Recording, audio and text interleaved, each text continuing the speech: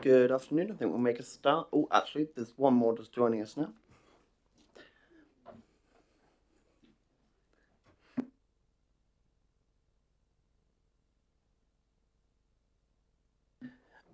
Just very quickly go through fire evacuation procedures. There are no fire alarms scheduled for this evening. Therefore, if the fire alarm sounds, please evacuate the building immediately.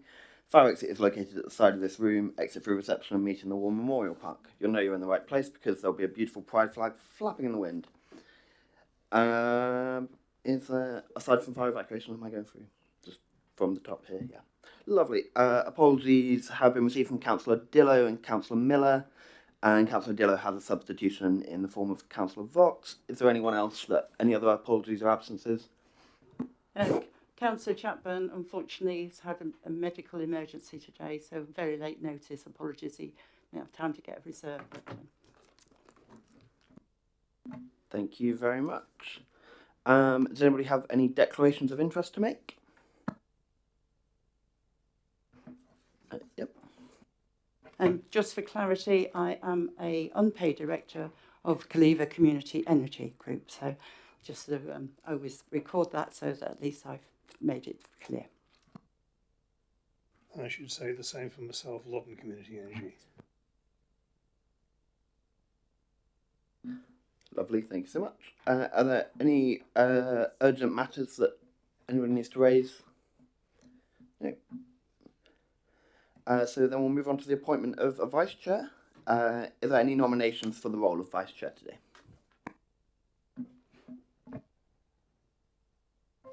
In Councillor Chapburn's absence, he would very much like to continue the role he had last year of being the vice chair, so I formally propose him. He has agreed.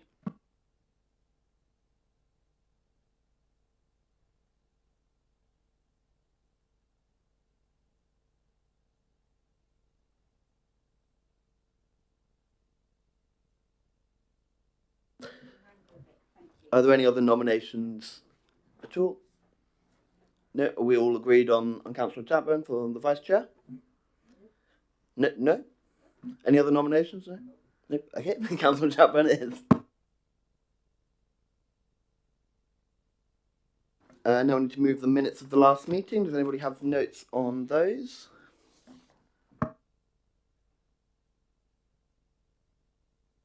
Lovely, agreed.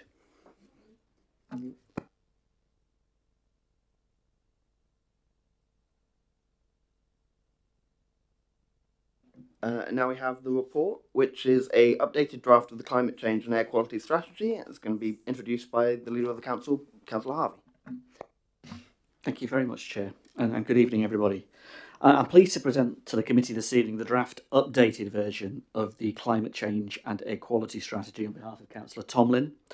This includes the refreshed approach and ambition for achieving net zero in our borough and improving local air quality. The updated strategy follows a significant amount of work with communities and partners and experts in the field since November to review the strategy the Council adopted back in 2021 to build on what has already been achieved so far, and a considerable amount has already been achieved so far over those many years since the original motion was adopted. I know that this also involved a significant amount of input from members of this committee via the cross-party task and finish group chaired by Councillor Slimmon. And Councillor Tomlin has asked me to thank the members of that group, that cross-party group, for their hard work and in giving up their evenings to hear from a number of experts in the field in order that the report before you can be drafted as such. Officers will tell you far more about the work that's been undertaken by the cross-party task and finish group, as well as the support and advice of the Carbon Trust that has resulted in us proposing to realign the net zero target to 2045. The original aspiration to work towards net zero in our borough by 2030 has actually inspired a swift and significant set of actions. Just those of us who were councillors in 2019, if we remember, our intention, and when we agreed it, it was part of a unanimous call to declare a climate change emergency. And as a result of that work over those years, the borough's emissions have actually come down by a fifth compared to 2019. So we are promising further action in this proposal, in this draft strategy. We want to do more, we want to play our part, and we're determined that the council will lead in tackling the climate crisis And this draft strategy covers how we can accelerate and influence actions with others, and that's a very important point, with others, to meet a target that is still 5 years ahead of the government's 2050 aim. Once you've considered the draft strategy this evening, the intention is to ask local people and organisations to give their views in a public consultation that will carry through to Friday, 1st August. The feedback we get will then help shape the final version of the strategy that we intend to adopt later this year. And I look forward to hearing your views this evening on behalf of the Cabinet.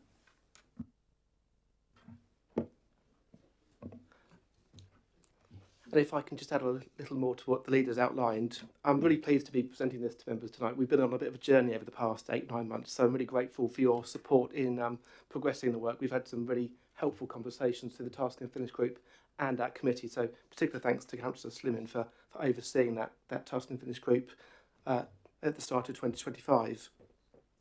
As Councillor Harvey mentioned, we've sought to review the previous climate change strategy that was adopted 4 years ago now, to recognise that things have moved on and we've reduced emissions borough-wide quite significantly.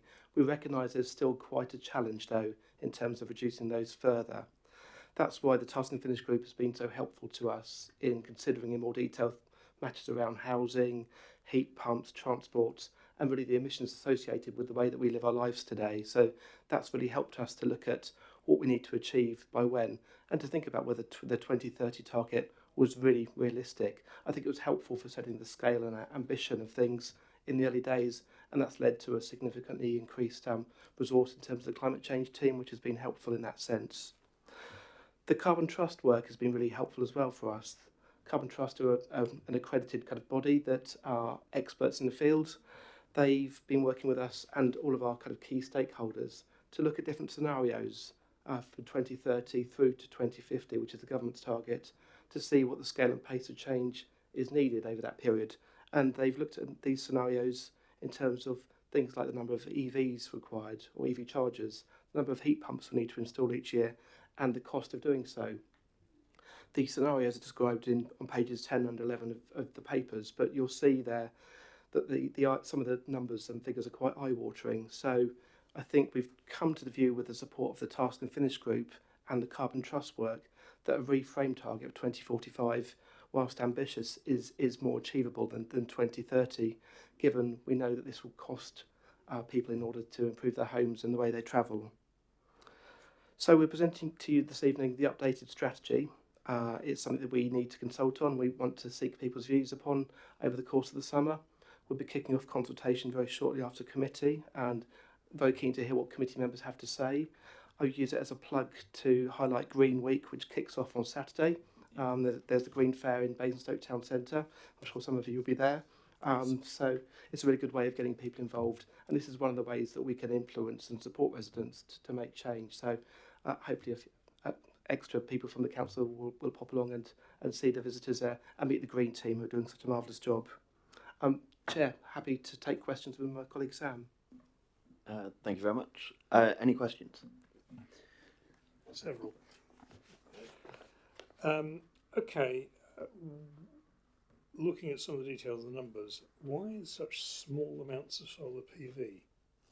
It's a tiny percentage of the borough-wide potential, which the borough, of course, knows because the borough has a database. Oh, sorry. You're right, we've got the ABSOLAR report that looks at the bigger roof spaces across the borough and the scope for those to be used for solar PV. I think it's a slow burn. We're working with businesses to try and identify for them the opportunity to use their roof spaces more effectively, because we recognise it's almost having made the investment a free resource, and it's an area we're keen to kind of continue to support in the future. But I suppose it's making the challenge in some ways is making that high on local businesses' agenda. And whilst we've written to people like the supermarkets to encourage them to install solar panels, it's a bit of a slow burn, if that makes sense. But keen to work with the community energy companies as well to be a louder voice. It does make absolute sense. Getting building owners to take any notice whatsoever is exceedingly hard.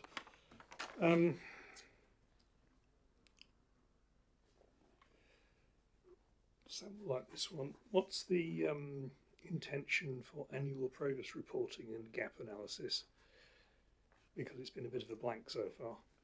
It would be a really good idea if the council would annually, or who knows, it doesn't matter, it doesn't have to be annually, say this is where we've got to, this is what we're doing about it.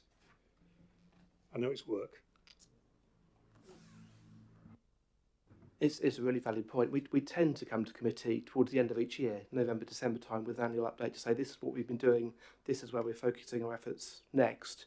And we also do so through the resources committee because we've got KPIs, performance indicators around our carbon targets. So we're trying to be as transparent as we can be, so that councillors understand where we're up to and where we're looking next. That's not what I meant. I meant publicly. We present all the information on our website, so it's clear how we're kind of doing publicly in that sense. And we also have the scrutiny of climate. What's it called? Sorry, Climate Change UK. Yeah, Climate Emergency UK, who scrutinise all local authorities who've declared a climate emergency to say, this council's doing well. This council needs to pull up their socks. So we have that kind of external audit undertaken as well. Oh yes, Sam, do you want to jump in there? I was just to quickly add as well. I think one of the I guess things we're trying to propose with the work that the Carbon Trust have done is giving us some better milestones on which to report as well. Given it's slightly easier, obviously, for our own carbon footprint as a council, and we have that data when it's been borough wide. We've obviously got the overarching how many tons of carbon emissions are there in the borough, and broadly by transport, homes, businesses, etc. But actually that isn't necessarily very useful to monitor. What else needs to be done to ramp that up? So those kind of indicative milestones that we've now got laid out allows us to, albeit at a slightly longer timescale, to see, well, okay, we're slightly lower on the number of heat pumps that have been installed in the borough than we were expecting. That's the thing that we need to ramp up, but we're further ahead on the installation of rooftop solar PV. So it enables us to track the inputs as opposed to just those carbon, that kind of headline carbon footprint stuff. So the intention is that we're always trying to get a bit better and report a bit more and make the most of more data that is being produced in this area. That's not to say we want to get it perfect, but I think that's. Thank you, Councillor Oban. Do you have anything else to add there? Yes. Okay, fair enough. I mean, as you know, what I'm working in at the moment, none of us know any of this stuff apart from me. Nobody knows. So you may think you're publicising, but actually you're not. Something in the what's the new your place? Occasionally, this is how we're doing. Yeah, it only needs to be a paragraph, so that keeps it in front of people's eyes, and also will kind of encourage them to think about it as well.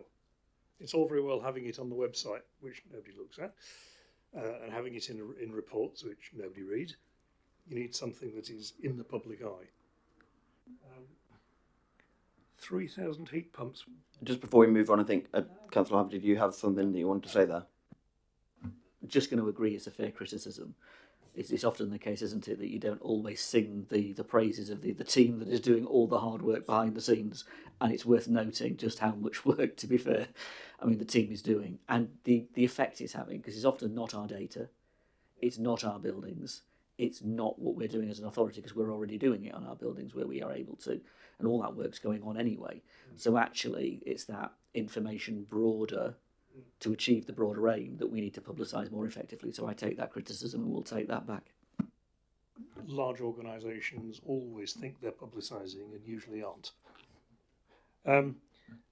So 3,000 heat pumps by 2030? That's about one a day. Where? On what? That's a tiny number.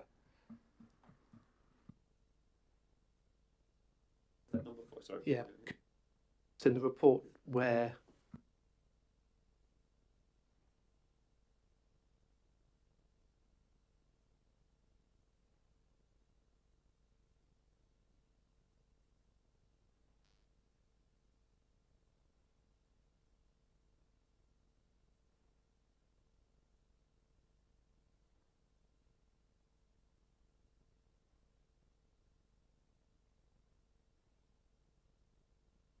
Page 13. What are those on council-owned properties or are they on social? I don't know. I think this is now. This is the 2045 target. We'll do it by that's an interim. It's not me.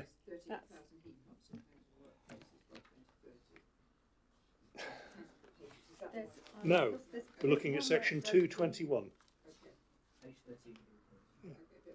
I think the problem is, there are different numbers here. It's not terribly clear. And who? Yeah. Mark, did you want to come in here? Have you found the page you're on yet? If I'm brutally honest, that might be the omission of an important number that should be 38,000 rather than 30,000. I think looking at the numbers, yeah, yeah. So because as you say, those 2.7 onwards, those sections are the data taken from the modelling of the carbon trust. So that's what we're looking at. Those milestones is up to about 38,000. So which is, as you say, lots in a very short time frame. I guess is the kind of 30,000 by 2030. Yes, that's a bit more. Yes. So the kind of 2.7, 2.9, and 2.13 are the excerpts from that data. And the data that's in the kind of snake. You see, it is taken from the 2045 scenario. It's been remodelled. A great spot on the typo there. Can you just take Councillor Slimming's question that she had this way? Thank you, Chair. I've got something to say with comments, obviously, as you would expect, but I did have one question when I came to read the action plan.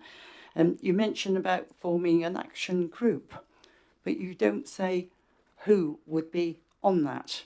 Unfortunately, I can't refer to the numbers because their targets aren't numbered. So we shall assume they are going to be, by the way, when you actually get to the action plan, that they're all going to have a number. But on the one I've been sent hasn't got any numbers on it. So I think you're talking about doing an action plan. It'd be interesting to know who you think might go on that group. And if we can make some suggestions, because I think our stakeholders obviously might be involved in it, some of them.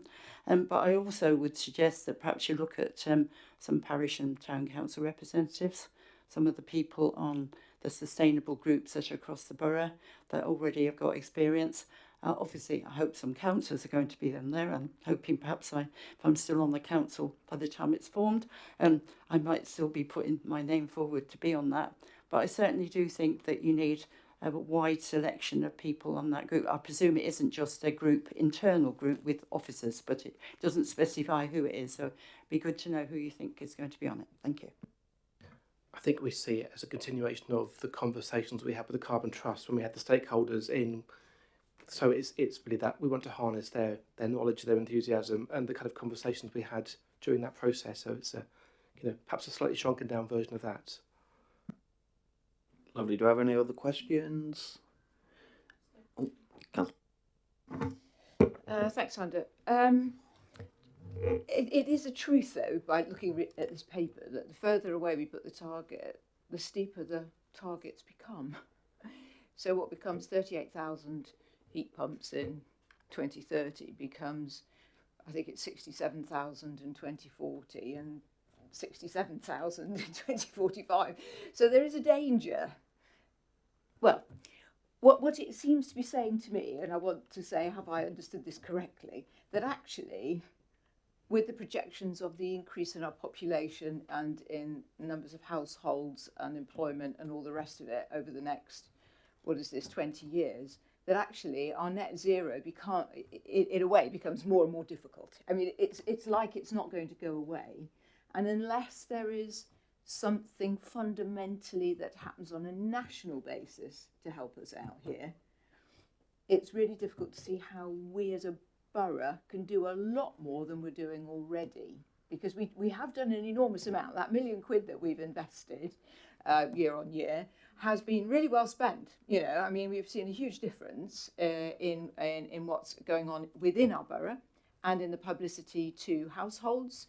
and to businesses the opportunities to get free advice and lots of stuff going on. I mean, it's really been good stuff. But I don't get a sense from this paper that there's new fantastic initiatives that we think we can do that's going to make a huge difference. Lovely. Councillor Harvey, did you want to come in there? Oh, sorry. Well, just to start with, I think that's a fair point, because this was never going to be something that the borough does on its own without government leading in the way government need to. They need to shape an awful lot of this.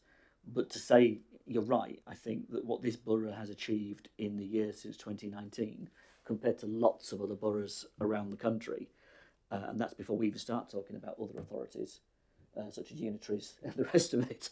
I mean, actually, we have done an amazing amount of work. And it's testament to all of the councillors actually who've been involved in the process from the day the motion got passed, those who proposed it and put it through, and we all voted it through. We all supported it, and we all still support it now. And in a strange way, from that moment, it took the work that had been going on to that point, because there was work going on before the motion was passed. There's work that's gone on significantly since. We're continuing that journey. It will gather pace. It will involve more investment. We're making investment into community centres, into our own buildings, all the things that we can do in this building, for example. So all of that's going on. A lot of this is going to rest on partners coming to the table with their own organisations, their own programmes of work, if you like, that we can jointly support. So there's a huge amount of work to be done. But I think what you're saying, and if I've understood you right, not to underestimate the challenge, because I think it is a huge challenge in front of us, and I think government have got a very significant role to play with us. It's local government and government together, isn't it? Central government. That's the only way we're going to crack this. But even then, it's not just us, because it's not just the public sector. There's a whole private sector debate to be had about this, and how actually, and I think this is important, how people relate to this in their lives. And that's a fundamental piece of this that's really important. Yeah, yes, the point I was making is that the further away we put the target, the higher the target gets. So, you know, I appreciate we're not going to make it in 2030. I mean, it was always an ambitious target. We always, when we set it as a council, we knew it was ambitious, but we were hoping that our ambition would drive pace. And it did, and it has. But it relied on changes in technology, and other economic factors to be all aligned for us, and they haven't been. And you know what people are appreciating now is that a lot of green issues are not affordable for a lot of the population, and therefore the pace is restricted. But the point I want to make really is I'm checking that my reading of this paper is fair, that whilst we are doing a fantastic job, the target is going to still be really difficult in 2045. Lovely. Do you have any other questions? Councillor Tuck? Hi, thank you. I just wanted to ask about the air quality aspect, and in particular things like the incinerator, which whilst we're not personally responsible for, what reporting, if anything, do we get on the emissions from that? And I'm particularly interested in the sense that it was constructed, was it 01, around about then, turn of the century, and we are now burning things that were never anticipated would be incinerated there. And I don't even know whether it's, you know, I mean, obviously there's national legislation to cover some of these things, but we know where that's got us with other things like water. So what reporting do we get, and what can we raise? I believe that's the incinerator is regulated by the Environment Agency rather than ourselves.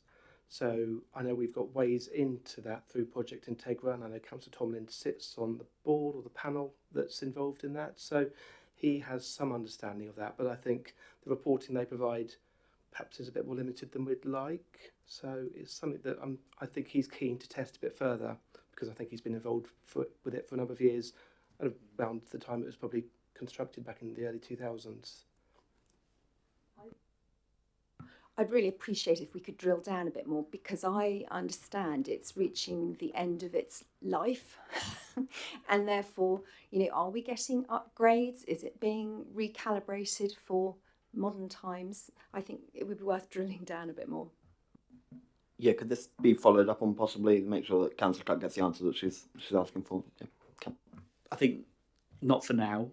But I think in the future, that discussion around the disposal strategy that fits for the future is going to be a huge discussion. Very conscious of what the county council is seeking to do in the short term in terms of improving, for example, the recycling that we can do. But the idea of where the incinerator and where all of that goes in the future is a huge question. Whatever kind of authority comes in the future is going to have to grapple with. And that is not an insignificant capital sum of money that government are going to have to work on as well, because if they want us to do things in the right way, then we need to have the resources to be able to change perhaps to a better system of disposal in the future. And that's a big debate, I think, that's coming. So yeah, the more we know now, the more information we have, the more monitoring we have, the more quality of understanding we have, the better informed I think we'll be to make that decision. Lovely. Any other questions at this stage?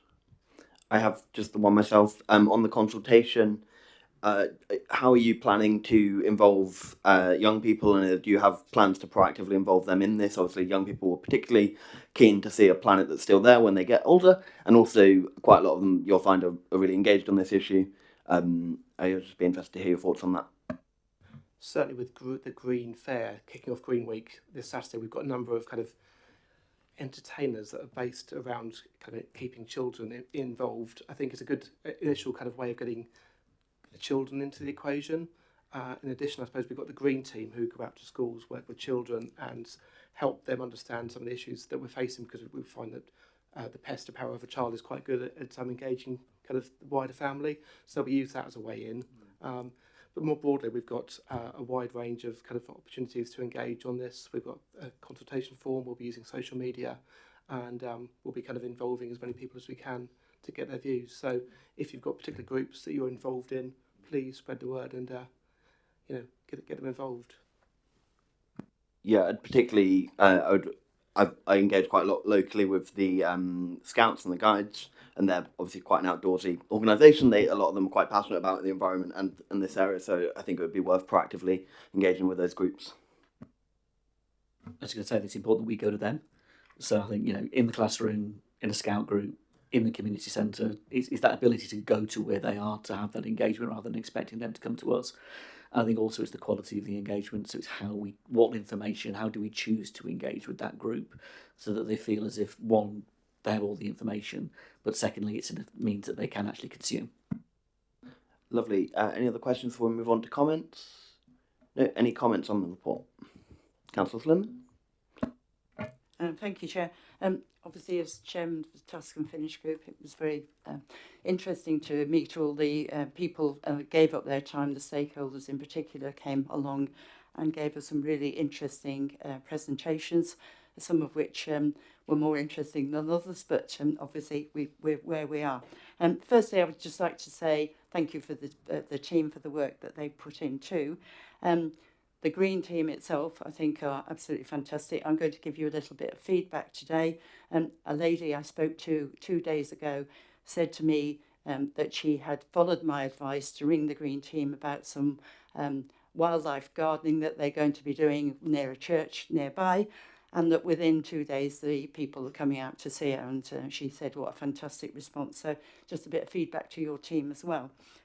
We all know that the Green Team are doing fantastic work, and we're very lucky to have them, and the fact that the borough has actually put money aside into the Green Team, I think, has been part of the reason why we're doing as well as we are. And we are doing very well as a council. I would agree with everybody that the work that's been done already is absolutely fantastic, and long may it continue. I think it's also important that we actually think about the things that are still within our control, because obviously moving on for putting things on buildings, our own places, which we're doing, but we also do have control about other things. So, for example, we do have control about the local plan. It's very, very important that we actually make room for green initiatives and for biodiversity, for our rivers, and look after them, and that there is space for renewables in our local plan. So when the policies come forward, we need to make sure that they do actually help us deliver what we want to do in the future. And that includes biodiversity and making sure that any wildlife corridors, etc., are protected. and that we're not going to develop in areas that could be otherwise used. So I think it's important when we move on to the next stage of the biodiversity strategy that we do, in fact, make sure those things are kept together. Obviously, I would particularly like to emphasise the rural transport aspect, because we don't have many buses in some rural areas, so people are very reliant on their car. Often they can't afford electric vehicles, even if there was chargers, because people can't afford to replace their vehicles so much these days.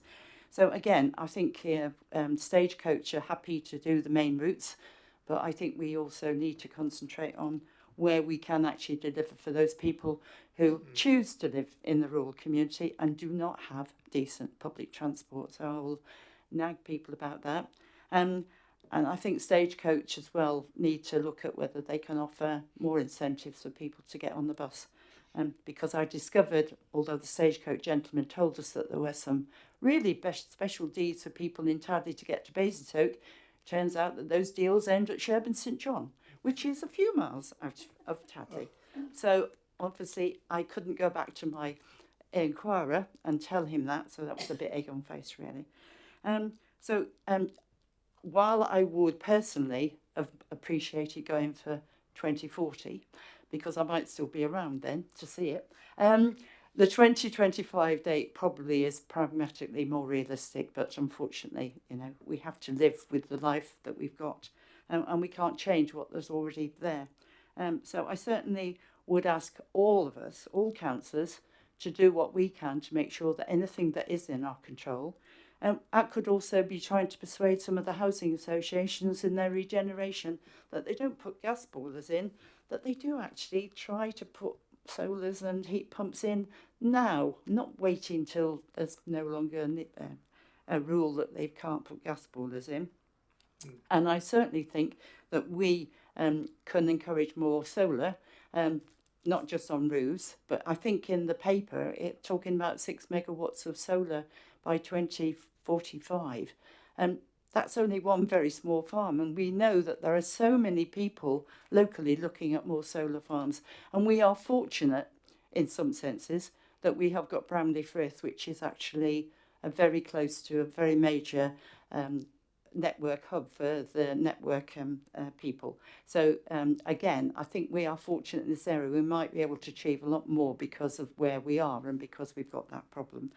It was an interesting conversation to have with the network group about the new ideas that they've got.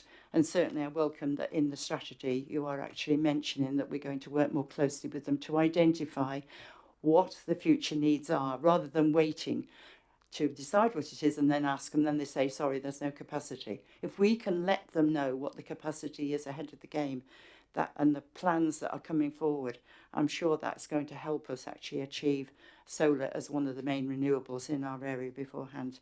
So I would commend the paper to you and the strategy, and look forward to what the consultation is going to be, and certainly working with our other stakeholders. But thank you. Lovely. I've got Councillor Tuck next. Thank you. I think this has been a really useful paper. It's got some excellent content, and I look forward to putting detailed comments in at the public consultation. So thank you all for your work on that. It's been brilliant. I'm going to latch onto the natural environment page on page 20. And what I had 3 points, which was one was municipal planting. I think we're saying leading by example. We're effectively managing council-owned green spaces, enhancing changes, etc. I have to say, I really feel we have rather got stuck in the Victorian bedding era. I think the new perennial movement has completely passed us by, and I really think we could do a whole lot better there. I would really ask you to refresh that and look at planting for pollinators as well as carbon storage. On the second point, which was I'd really like us to have policies that really push hedgerows as boundaries. All our new, especially the large-scale development, but frankly any development, hedges as boundaries should be the number one starting point, and it should be the point that they have to justify doing something different.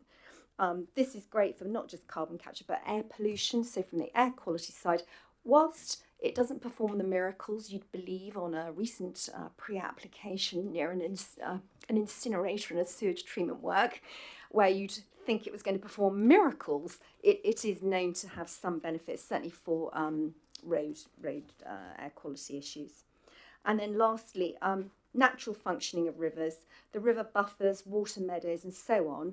These are our natural carbon sinks. We do have calcareous peat bogs, and we could really work a bit harder on our river buffers and making sure that those are protected for carbon storage, as well as natural functioning that is good for on so many levels. Thank you. Thank you very much, Councillor Harvey. Just to pick up a couple of points to reassure members, so the local plan policy is well made. That point is very well made. It is still our intention that the local plan that comes forward will contain the most ambitious green policies that this authority has ever put forward. And in doing that, it will be a challenge to get that past an inspector, but we're going to accept that challenge and push for it in the best way we can. I think in terms of those policies, one of the most important points is, for the first time, we will be introducing rivers policies. And that's been a lot of work gone involved in that, and making them as strong as we can do and make them relevant as we can do becomes an important part of all this process. It's very interesting, the point about transport. As whatever comes in the future, the new movement to allow local authorities to consider the franchising of bus companies in different ways will enable that authority to think differently. And I look forward to the day that they do, because maybe, just maybe, we may get a different sort of bus service that serves North Hampshire in a different way to the way Stagecoach currently doesn't serve North Hampshire. But that's a debate for the future, but it's a point well made. Thank you so much. I'll note that because there was a couple of comments about local plan, that we also, local plan will come to this committee for scrutiny, so keep it in your head. Councillor Vox. Thanks, Chair. What's the situation with planning policy? Because I know we have to put a lot with the MPPF and follow all of that, but can we declare that we want new developments to be net carbon zero and enforce that with the new MPPF? So within the scope of the local plan, we can push for stronger environmental policies that don't conflict with the NPPF, but may enhance it. So providing a local plan inspector considers that those policies are, in a sense, complementary, we're fine. And that's where pushing the envelope is. Cambridge did that recently, and they pushed the envelopes very positively, actually, another step along the way. And again, it really does come down to whether or not the government sends us an inspector at that moment in time that shares that view. I think we should. I think we should advocate for being stronger on those policies where possible. So, for example, and you will know this better than I think it's the LETI standards and the passive house standards that have been discussed are standards we should drive for. We need to understand the consequences of that, and that's important as well, and whether or not it meets our ambition. But I think it can be done, and we're definitely up for the challenge of pushing for it. It will rest in the hands of an inspector, mind you, to be fair. It always does. Any other comments? Just following up a little bit on what Joe said about Grand Mount Solar. Are you aware of the government consultation on community benefit from commercial solar, which is going through now? I've put my 2 pence in. Is there anything we as a local authority can do to parallel that? Because these projects are very contentious. Now, obviously, we have to be careful about planning regulations, but anything that could help persuade local communities to look at these things rationally rather than in a knee-jerk fashion would be helpful.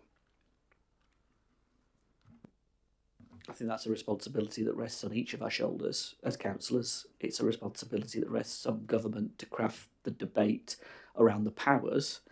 And it's interesting, I think, in terms of where this move for community benefit or for residential benefit is important. I think the day when the legislation leads to solar, for example, being able to be offered to local communities as a means of a direct gain, if you like, is positive. But I know it's just another example of where we have to work in tandem with where the government are taking legislation. We cannot act unlawfully, nor would you expect us to do so. Doesn't stop us advocating, mind you. Any other comments on the strategy? Yeah, following on with that point, I think one of the things that would make me more inclined is that there were greater flexibility over things like solar, by which, at the moment, my understanding is you have quite significant concrete blocks and piles and Lord knows what in the ground in order to put your prongs in so that your solar sits on there. At the end of the lifespan of that, which is what, 20, 25 years, what have you got left? But I think a lot of residents fear you have a brownfield site, you certainly have a lot of concrete, and that is not flexible and adaptable. And I would certainly be looking at things that are more agile, that as technology changes, for instance, then you can move more quickly and you've not completely wrecked the environment for a short-term, inverted commas, win.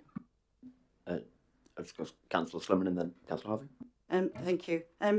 I was going to make another point as well, but I'll cover Councillor Tuck's comment.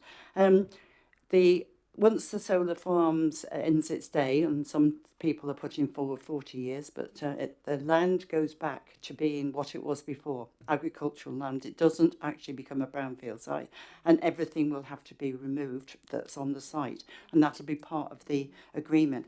And of course you can grow crops underneath them, and you can actually put sheep and other animals in the field with it. So, and you're certainly wildlife meadows, very much welcome.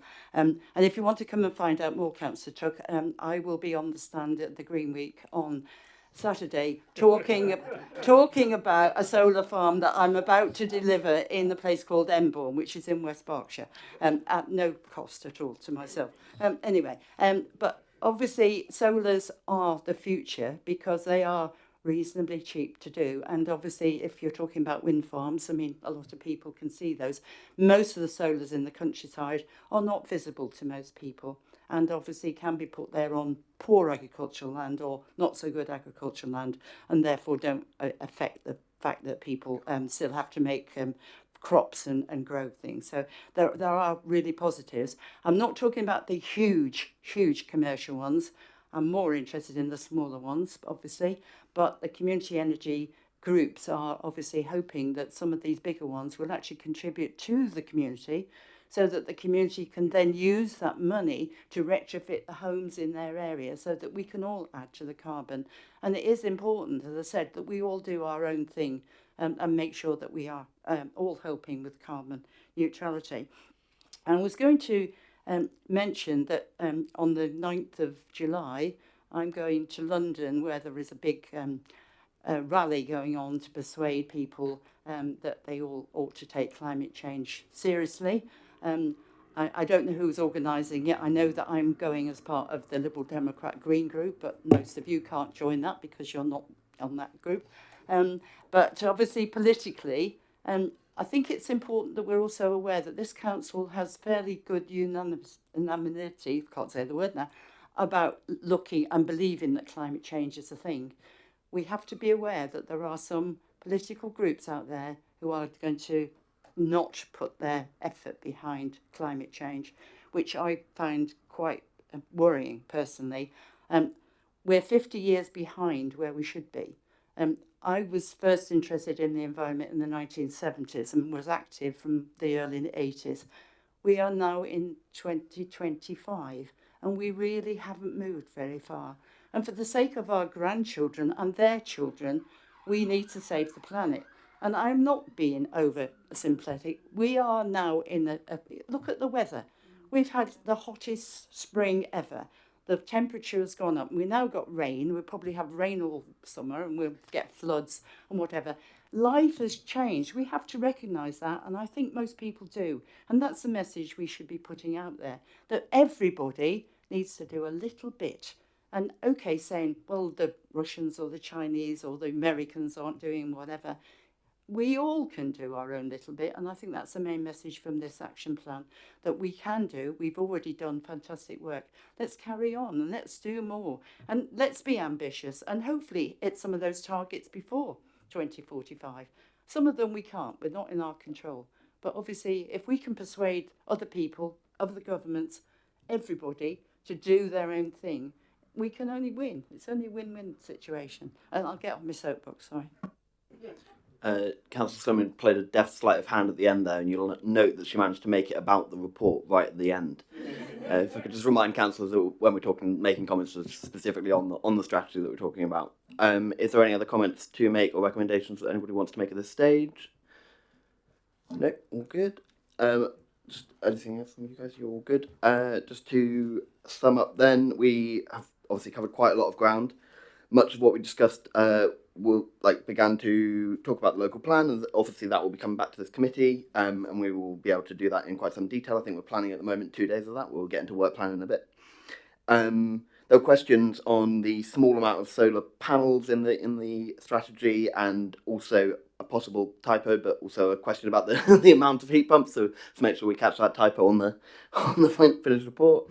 And we, sorry, let me look at my notes. There was the agreement that Councillor Tuck would have a answer to her question on waste incineration report back. So if we could make sure that action gets picked up. And there was discussion about rural transport and general agreement, as far as I can tell. Please do tell me if I'm getting this wrong, but general agreement that this is the right strategy for us to adopt. And despite us having questions about some of the numbers and the way that we go about some of the strategy. That's all of that. Any other things I've missed there in summing up? No? Yes, yeah, the proactive comms that you agreed to proactive communications, but also the fact that the council took questions really are part of the biodiversity strategy that we probably need to look at next. So can I make sure that we do pick up the previous conversations about having a task and finish group to concentrate on that aspect of it now? Lovely, thank you so much, guys. Really appreciate that. Now we will. I don't know what I'm doing, Ellie. You tell me.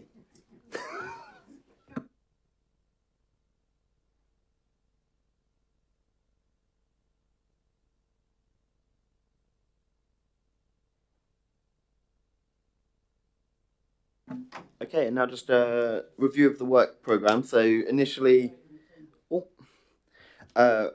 pick up that comment from Councillor Slimming on biodiversity. I think that Mark had something just to mention on the biodiversity stuff. Obviously, we've been having a discussion about possible task and finish group and where we go on the biodiversity strategy, but if you want to jump in. Yeah, of course. I've spoken to Councillor Tomlin, and I'm also aware that Jenny Jackson, Head of Planning and Infrastructure, held a training session last night for members in terms of planning type issues. I believe the issue of biodiversity training was mentioned, and it's on Jenny's kind of radar to arrange something so that members have more understanding of relevant biodiversity issues that are cropping up. I think that links into the biodiversity proposal for the work programme. Probably worth reflecting back that the biodiversity strategy was only adopted quite recently, and it was last reported to the committee late last year. I think it was November, December time. So the feeling is that it may be a little premature to be considering a task and finish group, but it may be that the training that Jenny Jackson's proposing may be a better way of engaging members, and if at the end of that process there's an identified need for a task and finish group, then that may be the conduit to establish one via this committee and new chair. Thank you, Michael. Has anybody got any thoughts? Did you want to say anything on that, Joe? Or you? Well, I know Councillor Chapman in his absence. I know he's extremely keen on moving that forward. It's his particular bag, as most people know. So I think what you've just suggested is that we do training on biodiversity as councillors, have a session on biodiversity itself, and then following that we set up a task and finish group to look at whether there are particular aspects of the strategy, because I believe we are due to review the strategy in the autumn anyway, or think we were going to be reviewing it and seeing what actions might need to be changed. Obviously with the Hampshire local nature, I've forgotten the word now, that they are looking at, presumably we will have, I know it's been delayed, so when we've got that, I think that will help. Did you have something there, Councillor Tuck? The LNRS is in public consultation now, closes I think 23rd of June. So seek out Hampshire County Council's website and the link there ASAP. If I can just add that the proposal is to bring back to members the biodiversity strategy late 2025, probably alongside the climate change strategy when we update members on what's been undertaken in the previous year, where we're going next. So that may supplement what we talked around. Lovely. So now just a review of the. Oh, actually, I have one more thing that we added in the Chesney. I just wondered if anybody had currently any suggestions about. Obviously, we've mentioned the biodiversity training. Any other training that they'd be interested in seeing as part of as a councillor or across for all the councillors? Are there any particular areas of overview and scrutiny training you'd like to see? Is there any kind of areas where you feel like you're rusty? I know I had a few questions as a relatively new councillor about the way overview and scrutiny works, so it'd be interesting to know if anybody has suggestions on training they'd like to see.